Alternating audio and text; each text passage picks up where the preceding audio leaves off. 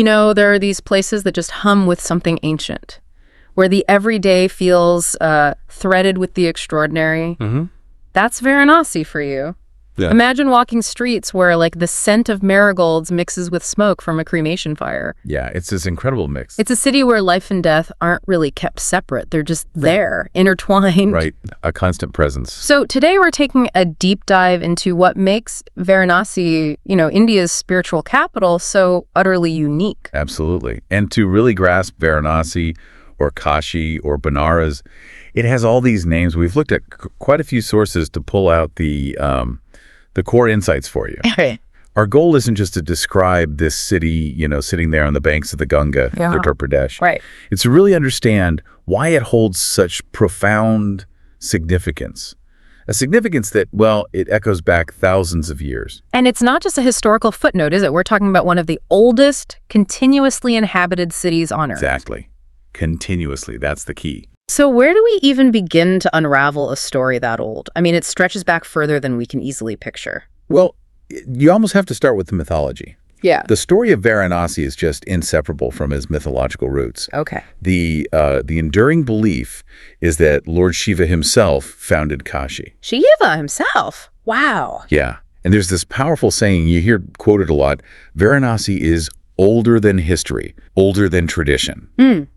It really speaks to this foundation that, like, predates recorded memory. Older than history. That's a phrase that really sticks with you. And our sources back this up, right? They mention its presence in ancient texts. Oh, definitely. Like the Rig Veda, the Mahabharata, these incredibly old foundational scriptures. So it's not just a charming legend. It's deeply embedded in the core narratives of Indian civilization. Precisely. For, well, over 3,000 years, Varanasi has been this central point, a beacon for learning, a crucible for culture, and a powerful magnet for spiritual seekers. So it's not just old, it's living history. It's a living testament, really, to that enduring human quest for meaning. And when you picture Varanasi visually, I think the Ghats always come to mind first. Those steps leading down to the Ganga. The Ghats, yeah. There are, what, 88 of them? These riverfront steps? 88, and they lead right down to the Holy River. It's like this physical link between the city and the divine. They are much more than just steps, though. They're vital public spaces. Yeah. Sacred and secular life just happens right there, side by side. So people bathing, priests doing rituals. Exactly. Pilgrims bathing, rituals happening, but also just everyday life unfolding right there. It makes the riverfront incredibly vibrant, always active. And some Ghats are more significant than others. Definitely. Dashashwamedh Ghat, for instance. That's where the famous Ganga Aarti happens every single evening. Ah, the Aarti. I've seen pictures. It looks incredible. It really is. Imagine priests with these big fire lamps, the sound of conch shells, chanting, thousands of people watching. It's this daily reaffirmation of, you know, connection.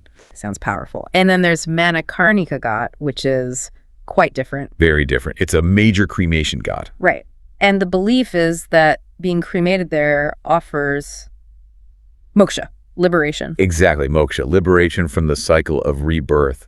So the constant presence of death there isn't seen as morbid. No. No, it's more like an accepted reality. It really shapes the city's view on life's impermanence and that ultimate goal of spiritual release. That's a profound contrast. It is. And then, contrasting again, you have Lasagat. Our sources mention it's more of a local hub. Popular with students, travelers? Yes, students, artists, travelers. It shows that Varanasi, while deeply traditional, is also, you know, a dynamic living city. It embraces the present, too. Okay, so beyond the river and these fascinating ghats, Varanasi is famous for its temples. The Kashi Vishwanath temple seems central. It absolutely is. It's one of the 12 Jyotirlingas of Shiva. Jyotirlingas, manifestations of Shiva's divine light. That's right. They're considered incredibly sacred abodes, powerful energy centers. Kashi Vishwanath is hugely significant, a major pilgrimage site. But it's not the only important temple. Oh no, far from it. The spiritual landscape is really rich. Our sources also mention the Sankat Mokan Hanuman temple, revered for protection. Hanuman. And the Tosimanas Mandir, Durga temple, and Apurna temple. Each has its own unique stories, its own place in the city's religious life. What's really striking, though, is that it seems Varanasi's spiritual embrace goes beyond just Hinduism. It does, yeah. It's also very important for Buddhists. Because of Sarnath. Exactly. Sarnath is just a short distance away. That's the place where Lord Buddha gave his very first sermon after enlightenment. Wow. So Varanasi has been this crossroads for multiple spiritual paths. A place where different streams of thought have converged and really flourished over time. It paints this picture of a city that's been a meeting point for so long, and not just for religion, right? Culturally, too. Music, arts. Oh, absolutely. For centuries, Varanasi has been a vital center for Indian classical music, dance, literature. Just think of the names associated with it. Like Pandit Ravi Shankar. Pandit Ravi Shankar, yes. The Shinai maestro Ustad Bismillah Khan. Ah, Bismillah Khan. Of course. And the poet and mystic Kabir Das. All deeply connected to the city's identity. That's an incredible artistic legacy. And beyond the big names, there are these unique Banarasi cultural things, like the saris. The Banarasi saris, yes. Exquisite silk. That intricate gold and silver threadwork, the zari. Highly prized. The oral tradition of craftsmanship. Passed down through generations. And then there's the tradition of offering panayan. Panayan, the betel leaves. Yeah, those aromatic betel leaves, often filled with spices. It's a gesture of hospitality, of welcome. Little cultural details like that. And we can't forget the Banarasi dialect, apparently quite distinct, and the city's renowned sense of humor.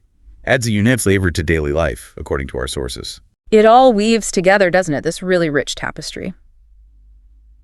And speaking of flavor, the food. Street food sounds like a big deal there. It really is. Our sources paint a pretty mouth-watering picture. You've got kachori sabzi. Okay, what's that? It's a savory, kind of puffy fried bread served with this spiced vegetable curry. Very popular for breakfast, I think. Sounds good. And tamatar chat, a local tangy tomato-based street food snack. Then the famous Banarasi thandai. Thandai, the cooling drink. Yeah, with almonds, spices, sometimes, for those who partake, with a bit of bang. Right. And depending on the season, you might find malayo, this incredibly light, frothy dessert in winter. Plus classics like rabri, jalebi, lassi. Wow. It sounds like it's more than just eating, though. The sources mention connections to stories, festivals. Exactly. Food is often deeply linked to local stories, specific festivals, family traditions.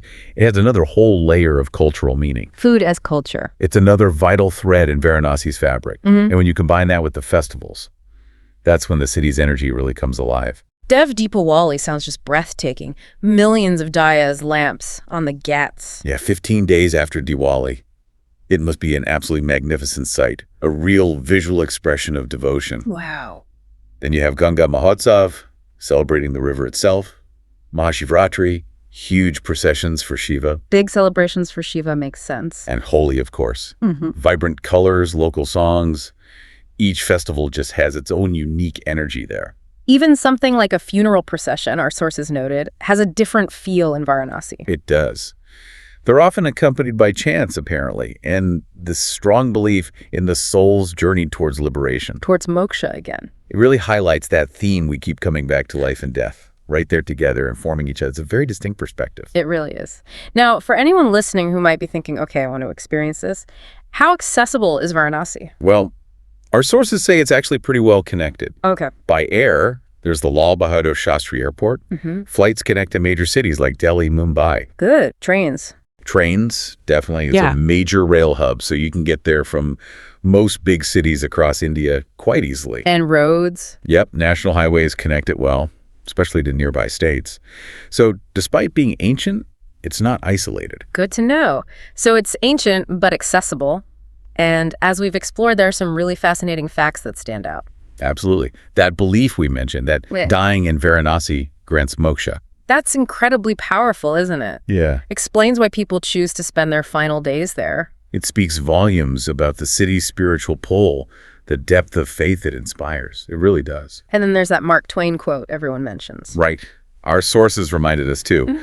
Banaras is older than history, older than tradition, older even than legend. It just perfectly captures that timeless feeling we've been talking about. It really does. It encapsulates it beautifully. And it makes sense why it draws so many different people, spiritual seekers, just curious travelers, filmmakers even. All wanting to experience that unique energy, that atmosphere. So wrapping up this deep dive, I think it's clear Varanasi is so much more than just an old city on a river. Much more. It's this complex, captivating place, woven from threads of ancient myth, deep spiritual belief, vibrant culture, and this unique perspective on, well, life and death. It truly feels like a place where the weight of history meets the pulse of modern life in this really fascinating way. You get the sense it's seen empires rise and fall, but somehow kept its core identity. Which leaves us with a thought for you, listening.